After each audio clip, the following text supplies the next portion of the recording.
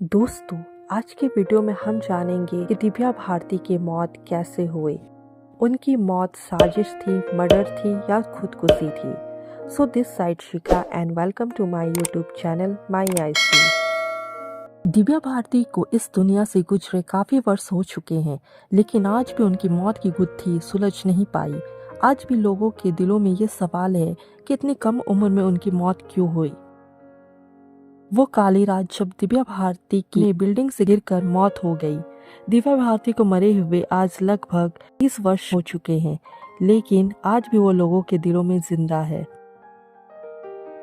लेकिन उस रात आखिर हुआ क्या था कि उनकी मौत अपने बिल्डिंग से गिरकर हुई?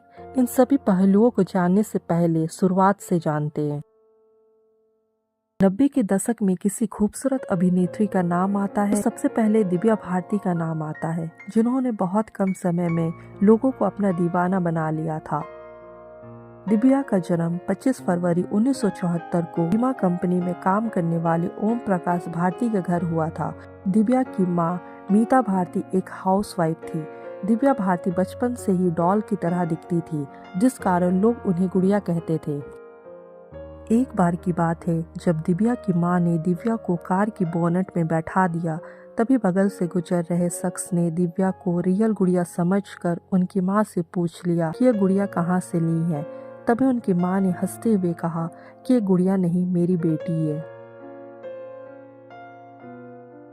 दिव्या भारती की खूबसूरती के कारण वो और बच्चों से बिल्कुल अलग दिखती थी। बचपन से ही दिव्या आईने के सामने खुद को निहारती थी। दिव्या की पढ़ाई की बात करें तो दिव्या बचपन से ही एक एवरेज स्टूडेंट रही है। उन्हें पढ़ाई में मन नहीं लगता था, जिस कारण जैसे तैसे वो परीक्षा में पास हो पाती थी, जिस कारण दिव्या सिर्फ 9वीं क्लास तक ही पढ़ पाई। यही कारण है कि दिव्या भारती पढ़ाई से बचने के लिए कम उम्र में एक्टिंग में कदम रखी। दिव्या जब पढ़ाई कर रही थी तब 1988 में डायरेक्टर नंदू तोलानी ने फिल्म गुनाहों के देवता ऑफर किया, लेकिन उनके पिता ने डायरेक्टर को मना कर दिया कि दिव्या भारती अभी छोटी है, जिस कारण डायरेक्टर ने बाद में संगीता बिस्लानी को फिल्म में ले लिया। लेकिन दिव्या को फिल्म करना था, पढ़ाई से छुटकारा पाना था। इसके बाद एक दिन वीडियो लाइब्रेरी में दिव्या थी, तब गोविंदा के भाई कृति कुमार की नजर दिव्या पे पड़ी। वो दिव्या को देखते रह गए। उन्होंने दिव्या को गोविंदा के साथ फिल्म राधा का संगम में लेने का फैसला किया। इस बार दिव्या ने परिवार को मनाकर फिल्म साइन कर ली, लेकिन इस बार भी किस्मत को कुछ और मंजूर था। फिल्म में दिव्या की जगह जूही चावला को ले लिया गया।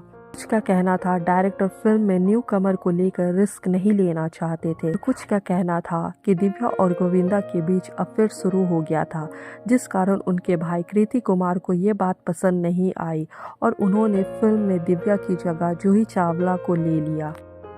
इसके बाद भी दिव्या की फिल्मी करियर नहीं थमा। 1990 में वो तेलुगु फिल्म बोबली राजा में वेंकटेश के साथ नजर आई।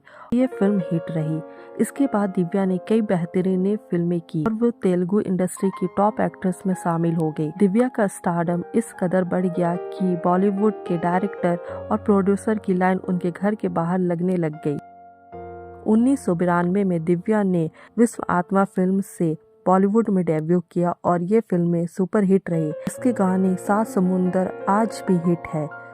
उसके बाद उनकी दूसरी फिल्म दिल का क्या कसूर रिलीज हुई, जो फ्लॉप रही, लेकिन दिव्या की उड़ान नहीं थमी। उनकी गोविंदा के साथ फिल्म 16 और शबनम हिट रही और ये सिलसिला जारी रहा। 1992 में दिव्या 10 फिल्मों में नजर आई। महज 18 वर्ष की उम्र में वो हिट देखकर टॉप अभिनेत्री की लिस्ट में पहुंच गई। उनकी तुलना उस समय की हिट अभिनेत्री श्रीदेवी से की जाने लगी। उनकी डिमांड बढ़ने लग गई। महज 18 साल की उम्र में दिव्या ने साजिद नाडियावाला से शादी कर ली। बता दें, 16 और शबनम की शूटिंग के टाइम प्रोड्यूसर साजिद नाडियावाला संग उनकी नजदीकियां बढ़ी। साजिद नाडियावाला ने दिव्या को शादी के लिए प्रपोज किया तो दिव्या ने हामी भरी और दोनों ने शादी कर ली। दिव्या को पता था कि उनके पेरेंट्स शादी के लिए नहीं मानेंगे। ऐसे में दिव्या ने शादी के बारे अपनी माँ को बताया, जिससे उनकी माँ शादी से खुश नहीं थी, जिस कारण बिना पेरेंट्स के दिव्या ने 10 मई 1992 को कुछ दोस्तों की मौजूदगी में तुलसी अपार्टमेंट में निकाह कर लिया और दोनों तुलसी अपार्टमेंट में साथ रहने लग गए। ये वही तुलसी अपार्टमेंट है जहां दिव्या की मौत हुई थी। हालांकि इस शादी को पब्लिक नहीं किया गया क्योंकि दिव्या का करियर शिखर पर था, इससे दिव्या के करियर पर असर पड़ सकता था। शादी के 4 महीने बाद साजिद दिव्या के पिता से मिलकर शादी के बारे में सारी बात बता दिया। अब दिव्या के पिता के पास शादी को एक्सेप्ट करने के सिवा और कोई चारा नहीं था। दिव्या के पेरेंट्स ने शादी को एक्सेप्ट कर लिया।